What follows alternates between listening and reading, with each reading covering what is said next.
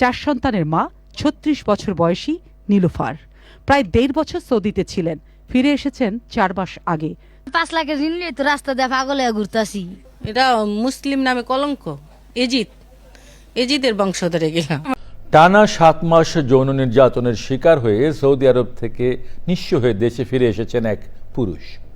সেখানে 3 বার বিক্রি হওয়া এক নারীও যৌন নির্যাতনের শিকার হয়ে ফিরে এসেছেন। টানা 7 মাস যৌন নির্যাতনের শিকার হয়ে সৌদি আরব থেকে নিঃস্ব হয়ে দেশে ফিরে এসেছেন এক পুরুষ। সেখানে 3 বার বিক্রি হওয়া এক নারীও যৌন নির্যাতনের শিকার হয়ে ফিরে এসেছেন। দালাল চক্রের খপ্পরে পড়ে মধ্যপ্রাচ্যে কাজের আশায় তার মতো অনেকেই জাতীয় পরিচয়পত্রে বয়স বাড়িয়েছেন। প্রতারিত হয়ে দেশে ফিরে বয়স বেশি থাকায় গার্মেন্টসও মিলছে না কাজ। সময় ইসলামের রিপোর্টে বিস্তারিত। করে গেছে আর রাইতের গেল 2 লাখ। এই 5 লাখ কেমনে এখন ঋণ শোধ করবা? এই যে 5 লাখের ঋণ নিয়ে তো রাস্তা দিয়ে পাগল হয়ে ঘুরতাছি। এটা মুসলিম নামে কলঙ্ক। এজিদের বংশধরে গেলাম। আমার নবীরে জ্বালাইছে, এখন এই প্রবাসীদেরকে জ্বালায়। তাদের কথা শোনা হলো, এখন প্রেক্ষাপটটা বোঝা যাক। নারায়ণগঞ্জের রূপগঞ্জের চনপাড়া এলাকায় প্রায় প্রতিটি ঘরের কেউ না কেউ মধ্যপ্রাচ্যে থাকেন। অনেকের ভাগ্য বদল হওয়ায় নিম্ন আয়ের মানুষদের স্বপ্ন মধ্যপ্রাচ্য। বিদেশ যাবার এ নেশাকে পুঁজি করে টোপ ফেলে দালাল চক্র। শিকারদের একজন আনোয়ার 5 লাখ টাকা ঋণ করে ড্রাইভিং ভিসায় দালাল চক্রের মাধ্যমে সৌদি আরব পৌঁছে বুঝতে পারেন প্রতারিত হয়েছেন। 7 মাস করতে হয়েছে বাসার কাজ, চলত যৌন নির্যাতন, অতঃপর পালিয়ে যাওয়া, তারপর 14 দিন জেল খেটে দেশে ফেরা। 2টা মেয়ে, দোনোটাই হাজবেন্ড নেই। ওরা মানে এক একজন একটা করে বাচ্চা ওদের। ওরা আমাকে ডিস্টার্ব করতো আর কি, যে ডিস্টার্ব করতো, তুমি উপরে আসো।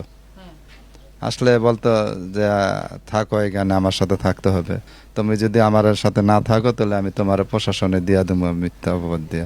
একই পাড়ার 4 সন্তানের মা 36 বছর বয়সী নীলুফার প্রায় 1.5 বছর সৌদিতে ছিলেন। ফিরে এসেছেন 4 মাস আগে।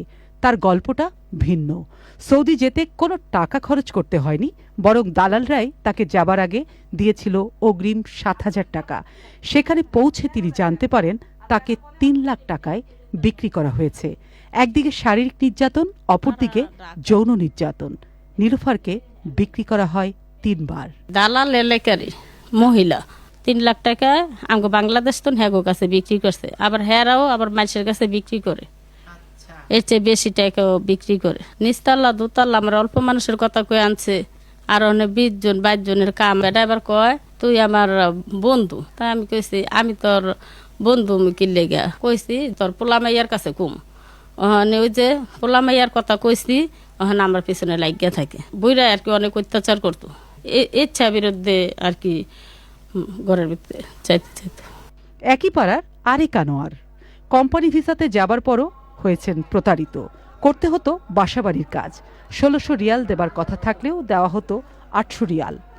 নির্যাতনের শিকার হয়ে 6 মাসের বেতন না নিয়ে যান বাঁচিয়ে 1 সপ্তাহ আগে দেশে ফিরেছেন তিনি। কত টাকা খরচ করে গেছিলেন? প্রায় 5 লক্ষ টাকা। এটা কি নিজের টাকা না ঋণ? অবশ্যই ঋণ আছে কিছু।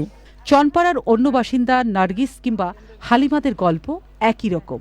1200 রিয়াল কয়ে আনিছে, ওই জায়গায় দিছে আমার 1000 রিয়াল। বাড়িতে যোগাযোগ করলে মনে করেন অনেক সমস্যা হইতো, মানে মায়ের দৌড়ও করছে। আমার এখনো দাগ আছে এই জায়গায়, এই যে হ্যাঁ মায়েরা কিন্তু করছিল, যেটা সামনে পাইতো ওইটারই ফিক্কা মারতো।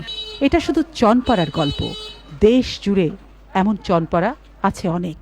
ভুক্তভোগীরা চান এরকম বিষয়ে আরও যত্নবান হোক রাষ্ট্র এবং সরকার।